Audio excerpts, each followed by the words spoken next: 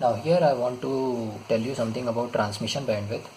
So if your encoder output looks like this, 1010100010, and this is your bit period, and what you are doing in pulse coordinate modulation is you are sending this some signal m-t into the input of pulse coordinate modulation, and this consists of anti-aliasing filter, sampler, quantizer and encoder, and at the output you are getting the streams, bit stream like this.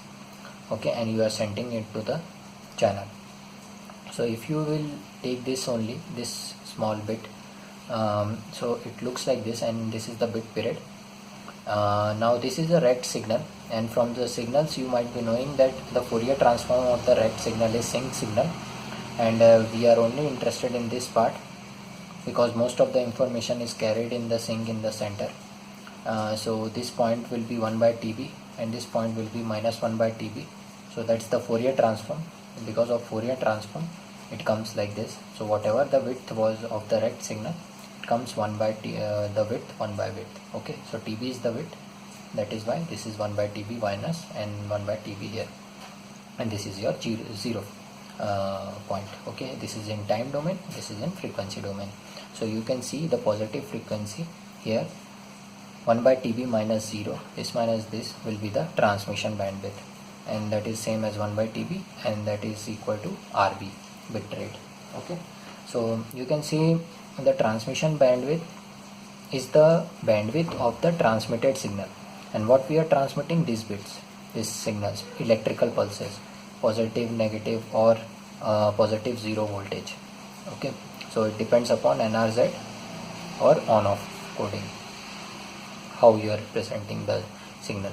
So these are electrical pulses, and you are sending these electrical pulses which looks like rect sinc.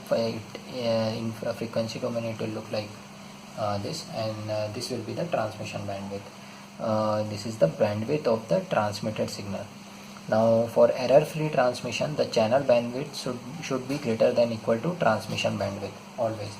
Okay, this is the condition for error free transmission. The channel bandwidth, whatever the channel is having bandwidth, should be always greater than or equal to transmission bandwidth, this transmission bandwidth. And in this case you can see the channel bandwidth should be greater than equal to RB.